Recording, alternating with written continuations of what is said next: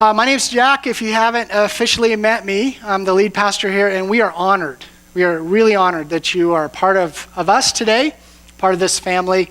And I just really look forward to seeing you guys every week. I think about you during the week. I pray for you, some more than others. But we're really, really glad you're here today. So next week, as you heard, we're going to do Football Sunday. That's a great time to bring some friends. It's a little bit dicey for me because I don't get the material until about Thursday of this week. So if something doesn't work out, then we'll be kicking off our next series early, which is going to be 10 weeks, I think. This is all subject to change, but 10 weeks of Mark, the Jesus I knew. So Mark's gospel and Mark's perspective on Jesus, that'll lead us right up to Easter. That's going to be some really, really good stuff. So if you want to get ahead in your reading, jump into Mark. And then after Easter, I want to do a 4-part series called Making Great Decisions. We all make decisions, right, every day. And when we look back at our life, it's kind of a sum of our choices and our decisions, good or bad. So I want to look at that and talk about, how to make wise decisions and bring God into the equation and that sort of thing. But today I want to finish up our Selfless series. It's been a great series. If you missed it, everything's online. Week 1, we talked about being, bold and witness. Bold and witness. And some of you have already told me stories about where you were bold at work and you shared Jesus with a coworker or a friend. And they're great stories. God showed up and things worked out. And some of you were faithful in service. That was our week 2 talk, was faithful in service. And then last week we had Becky Olmsted. She came here and she taught about generosity, extravagant generosity. And she just always does a great job. So if you missed that one, make sure you get online and see it. Let me pray. Father, I just thank you for this morning. I pray that you'll speak to each of us right now, that you'll teach each of us from your word. I pray that my words will be your words and that our hearts will just be open and postured to learn from you. And I just hope that at the end of this time, we look a little bit more like your son, Jesus. In his name I pray, amen. So today I want to talk about being grateful in the grind. We all know there's a grind, right? You know what I mean by the grind? I mean, it's just life, right? Our work, most of life is a grind. If we're honest with ourselves. How are we grateful in the grind? Marriage. Those of you who are married and you've been married a long time, there's a certain grind to marriage, isn't there? You've been married 10 years and it's like, pick up your socks, I'm not your mom. How many times do I have to tell you? And you just wish you could go back and redo the vows and put in, pick up your socks, but then it was all flowery stuff. But, there's a lot between I do and till death do us part. There's a grind. There's a grind at work. There's a grind in our relationships. There's a grind in ministry and church. So how are we grateful in that? And I want to just unpack this a little bit, this idea, and just tell you personally, like, when I started this church 12 years ago, there were times, if I'm honest, where I would think, when we get out of the rented facility and we own our own facility, then we'll be like a real church. And then people will just start falling in love with Jesus and become fully devoted followers of Jesus, and everything will just start to click. And then when we had our own facility, I thought, well, when we get rid of those crummy modulars, then everything will happen and things will start to happen. And, sometimes when we get enough small group leaders and enough small groups going, then everything's just going to happen and we're going to be fulfilled and feel like we have purpose. When we teach live, remember many of you were here and we had video teaching and many of, even people told me that, when we have live teaching, then we'll be a real church. And some of you are going, please bring back the video teaching. I used to think, when we hire our own staff, then. And it's this idea that when we reach a certain benchmark or achieve some goal, then our mission will finally be so easy. A win-then mentality. Can you relate? A win-then. In our personal life, it's like, when I get my driver's license and finally, or when I graduate high school or college. And as parents, when they're out of diapers, if we ever get through this diaper thing, then our life will happen. When they finish college, then we can finally eat again. It's just, there's always something, a win then. And when this happens, I'll be finally fulfilled. My life will have purpose and meaning, and I'll be happy when I've arrived. But it seems to me that it's a bit of an illusion, the way we sometimes approach the grind. I live life under the illusion that there's something just around the corner, something coming that's finally going to really matter. And it matters more than what I'm doing right now.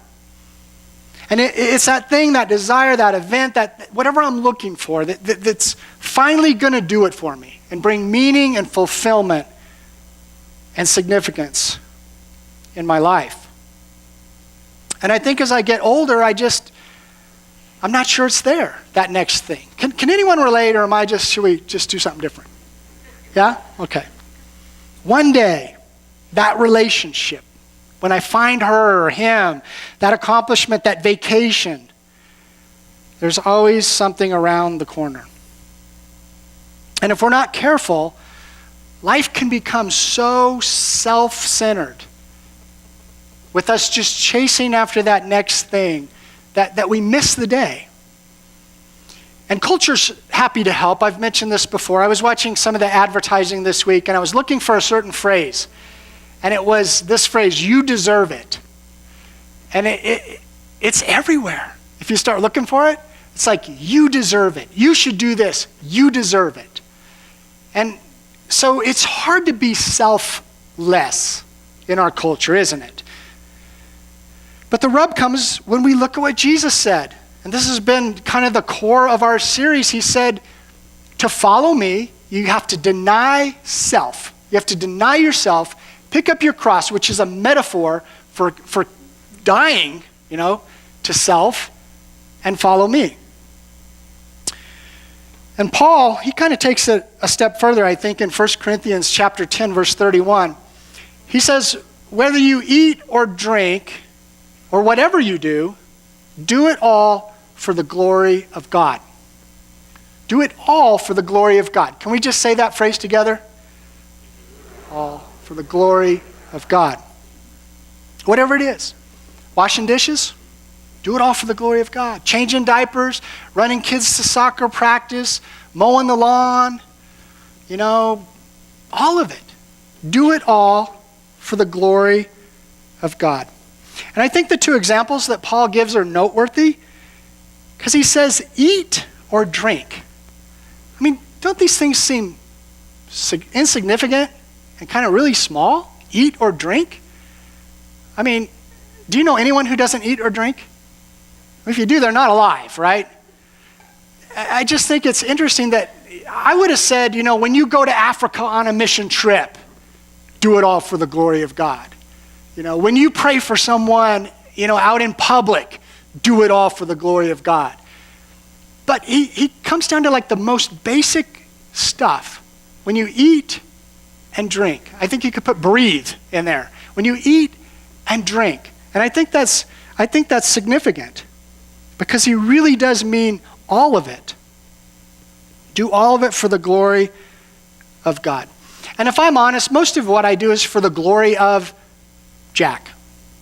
The glory of self. When I really break it down, it's for me. So why does Jesus teach us to deny ourselves?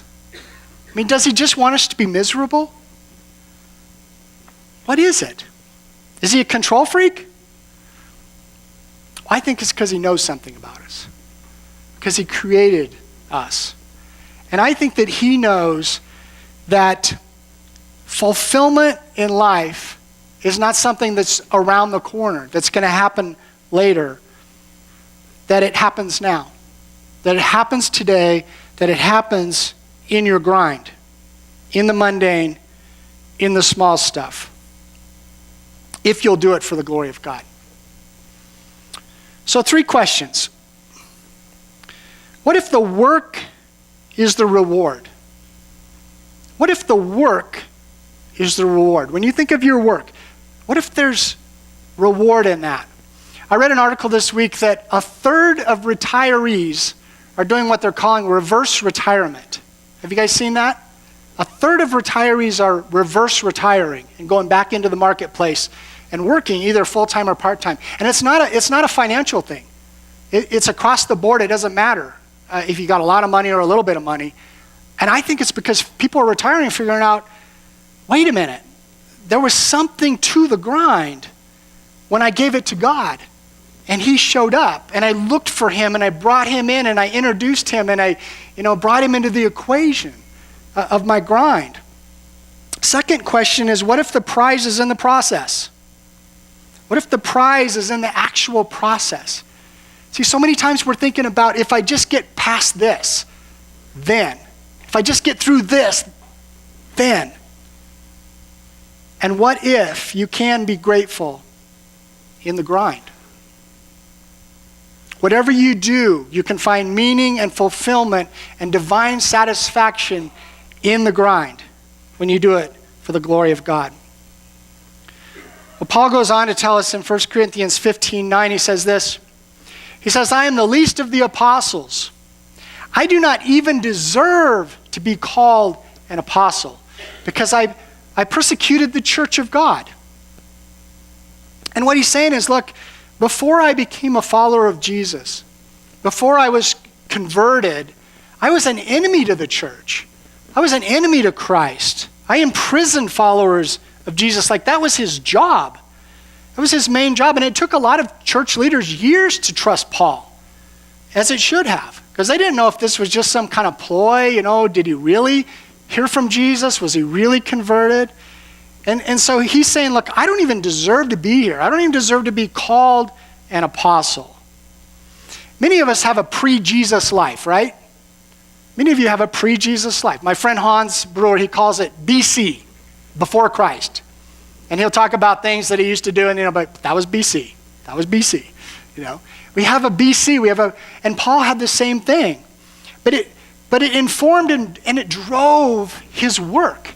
And it drove what he did. And you're going to see that here in a minute. But we all have that, a past.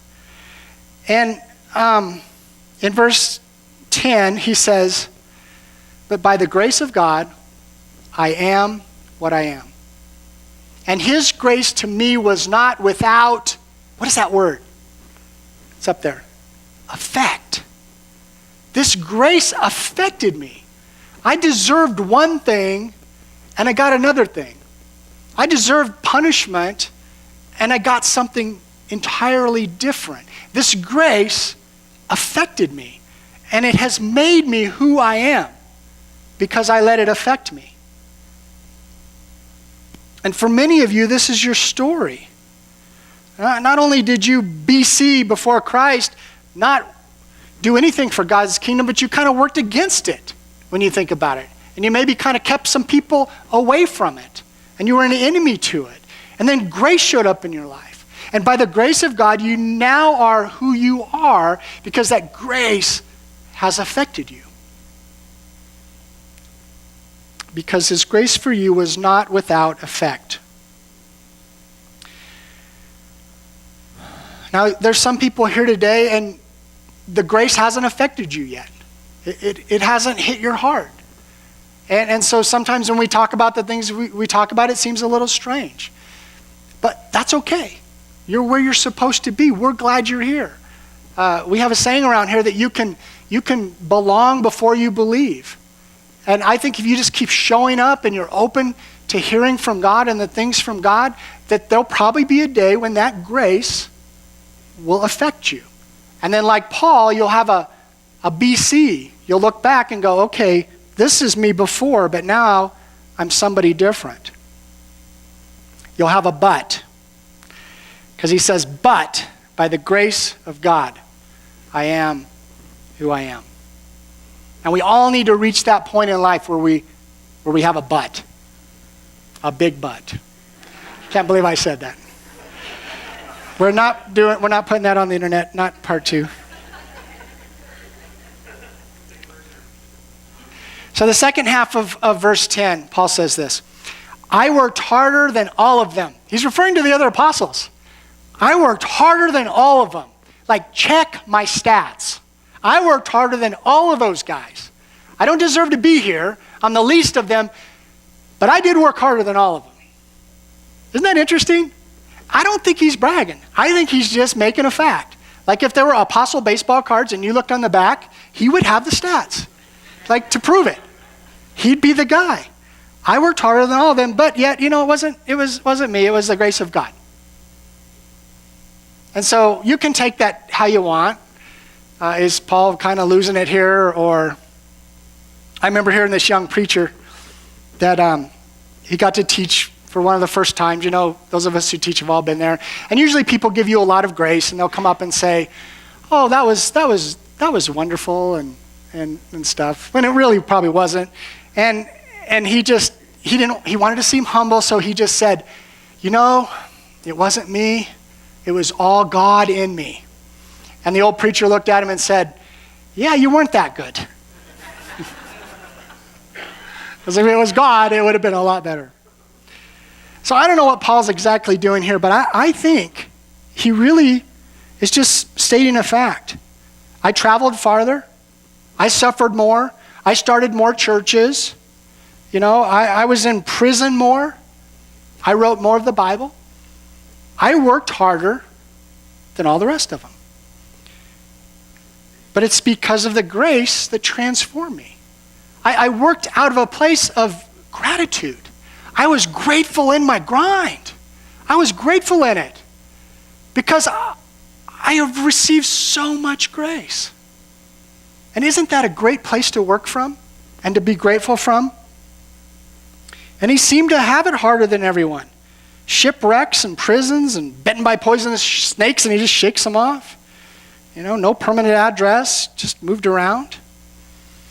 So what can we learn by looking at the work of Paul and the life of Paul?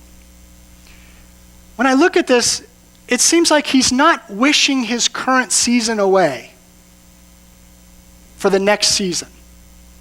He's not wishing this away, thinking there's something around the corner that's going to be so much better. Wherever he was, he's all in. Whoever he's with, he's all in.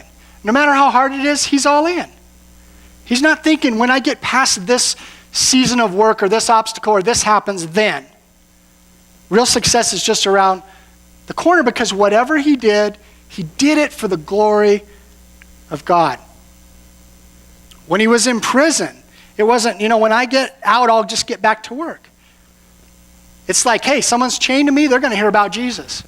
The jailer, he's going to hear about Jesus. We're going to get this guy saved, the jailer saved, jailer's whole family saved. That's how he operated. I would have been in there just like crying, get me out of here. I got to get back to work. Paul didn't see it that way. He's in prison. He's like, you know what? I got a lot of time on my hands. Give me a pen, get me some paper, I'll write the Bible. Isn't that what he did? I don't know if I would have done that. When he's shipwrecked, he didn't look at it, well, God didn't protect us. We've been praying for protection. He didn't protect us. We're shipwrecked. He looked at it like, hey, I'm not dead. So I'm continuing on with my mission. I'll keep working. When he got sideways with Barnabas, he didn't say, Christians are so mean. I'm out of here. I quit. They're so mean.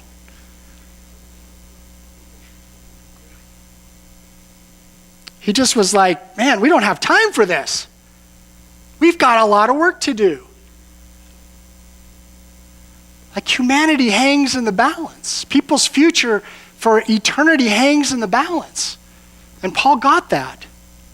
And it inspired him and it drove him to be the hardest worker, the hardest working apostle, to show up early and to stay late and to bring God into all of it and to glorify God in every situation. So how does this apply to us?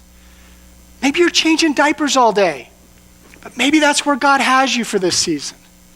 Bring him into it. Glorify God in it.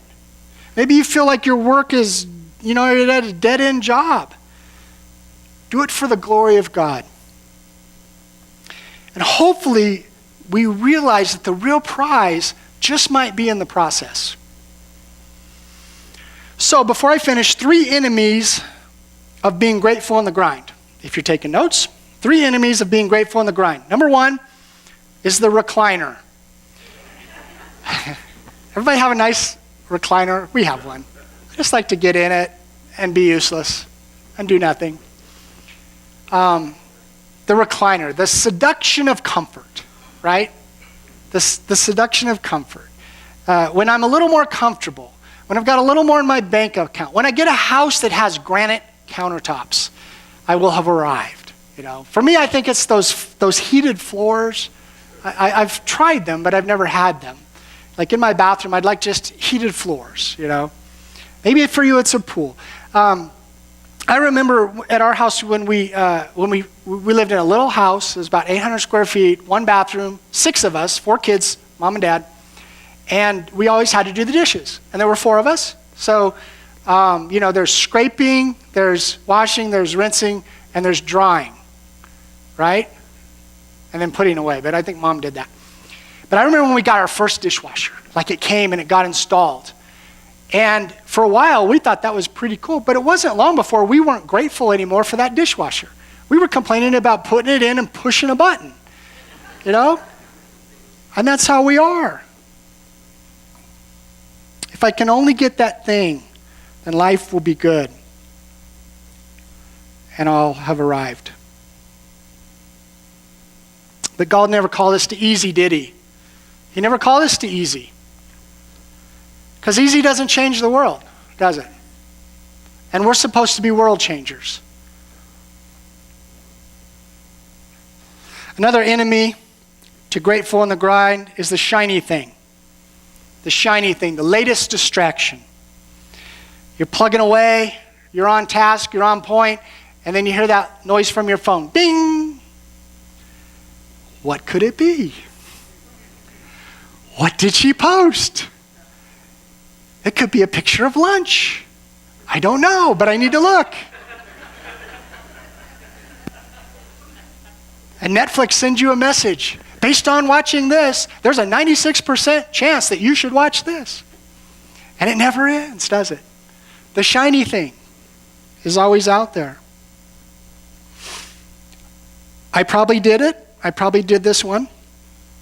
So I'm saying we, but I think we overprogram our kids sometimes, chasing the shiny thing. You see, we can't be grateful in the grind when we're constantly distracted by the shiny thing. Number 3 is the towel. Enemy to the grind is the towel, the perpetual temptation to quit and throw in the towel. We've all been there. You're trying to get your finances in order. You've made a great plan for January 2019, and it's just like, this is too hard. Just put it on the credit card because I need that. Following Jesus. I tried that. I went to church twice. Didn't work. I'm done. Throwing in the towel. They don't appreciate me around here. They don't know my full potential. I should be running this place, right? Who made them boss anyway? Sure, they took all the risk and started the company 15 years ago, but who made them boss? Everyone's always telling me what to do around here. You ever been there? I've seen a lot of smiles. Grateful in the grind. I'm just going to quit this job. I'm sure there's something better. Throwing in the towel. Relationships, marriage. Just throw in the towel. Throw it in. Or you can pick up the towel and wipe the sweat off your forehead and invite Jesus into your grind and ask, God, what is this all about? Is there more going on here than I know about? Are you transforming me maybe in the grind? Are there people around me that you want me to see and you want me to witness to and you want me to influence? Is there more to it? And there's a little piece that I just thought of this morning when I woke up, and I typed out a few things. So this is a little random. It's not completely put together. But I think it's important, and maybe this is a solution to the towel.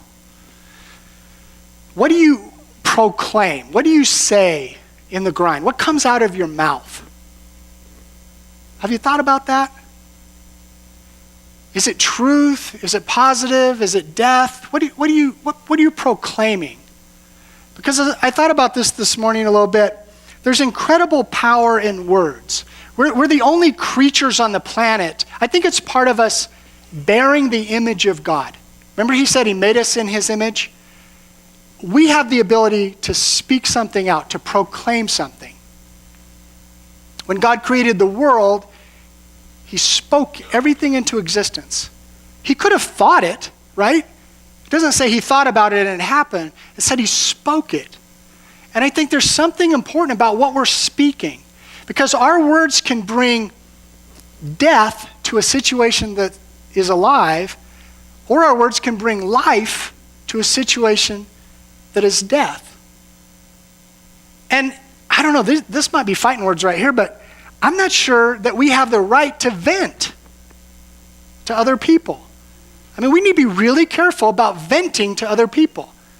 It's very selfish. We can vent to God, absolutely. He wants you to vent to him. Vent to God. But I'm not sure when we're venting that we're bringing life into certain situations. I also think that when we speak something, when we proclaim something, there's something supernatural that happens. There's something that happens in the heavenly realm that lines, I can't explain it all. I don't get it, but I think something happens. Remember when Peter had messed up and Jesus said, he asked him 3 times. What did he ask him? Well, that's what he responded. He said, do you love me? But he wanted him to say something back. Why is that? I think he might have woke him up one time to get him to say something back. And I think when Peter spoke those things, it somehow, it restored him. It restored Peter by saying it out, by speaking it out. Maybe I'll do a series on this, but this is just extra credit. You guys can talk about this week. But I think there's something there. So let's think about what we're saying when we're in the grind. What's coming out of our mouths? Maybe Grandma was right when she said, if you can't say something nice, don't say anything at all. Maybe Grandma was onto something, right? With that. And hopefully we realize that the work is in the reward, the prize is in the process, and we can be grateful in the grind. So back to Paul, Acts chapter 20, verse 23. He says this, I only know that in every city, the Holy Spirit warns me that prison and hardships are facing me. So God's speaking to him. He's saying, he's like, God, what do you got for me next? Well, you're going to go into this city, and here's what you got. You got prison coming, you got hardships, you got all this kind of stuff. And Paul's like, all right, good to know. Verse 24, however, I consider my life worth nothing to me. My only aim is to finish the race and complete the task the Lord Jesus has given me. The task of testifying to the good news of God's grace. That same grace that affected him, that had an effect on him. See, if that grace hasn't affected us, then we can't do any of this stuff. We can't do this on our own power. That grace has to affect us. And Paul understood purpose. He had purpose. And you know what always follows purpose? Is passion. And he's definitely passionate about everything. He's passionate about the grind. He's not passionate about the grind. He's passionate in the hardship, but he's passionate about his purpose. He didn't like getting bit by snakes any more than we do, or shipwrecked, or thrown in prison, or beaten. But he was passionate about his purpose, and grace had affected him. And he realized that his purpose was this. He was an ambassador to the Most High God. Look up ambassador this week. It's a pretty high status, high ranking place to be. Ambassador. And here's the deal, you guys are too. If you're a follower of Jesus and you've given him the steering wheel of your life, you are an ambassador of the Most High God. Wherever you are, at work, whoever you're with, you are his spokesperson. You represent him. And Paul understood that, and he understood his purpose. And I believe that when we bring God into our ordinary, what seems mundane, our eating and our drinking, that he makes it extraordinary. That when the supernatural comes to the natural, the supernatural doesn't become natural. The natural is affected by the supernatural, and it becomes supernatural. It changes. Whatever you do, do it all for the glory of God.